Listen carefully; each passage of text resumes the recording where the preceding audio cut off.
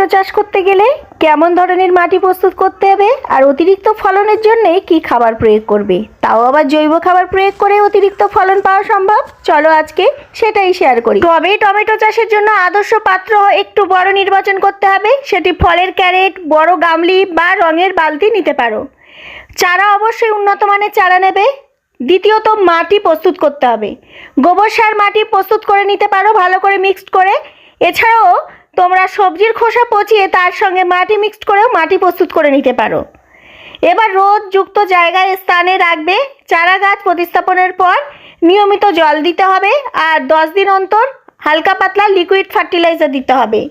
মাসে একবার জৈব ফার্টিলাইজার। 10 দিন পরে গাছ একটু বড় হলে প্রথম ব্রাঞ্চটাকে কেটে দিতে হবে, তাহলে প্রচুর পরিমাণে শাখা পোশাকা বাড়বে। আর যত শাখা পোশাকা হবে তত কিন্তু টমেটোর পরিমাণও পাওয়া যাবে বেশি।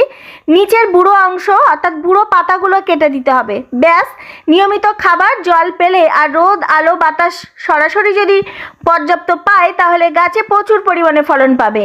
চলো তাহলে ফলন পাওয়ার রেজাল্টটা তোমাদের কাছে শেয়ার করি। এখনও যে সকল বন্ধুরা ভাবছো টমেটো গাছ করতে পারো, সময় সিজন এখনও আছে। এই দেখো কেমন ফলন হয়েছে দেখতে পাচ্ছ। তাহলে এত সহজে জৈব অর্গানিক ফসল আমরা কেনই বা করবো না। তবে ভালো থেকো, টাটা।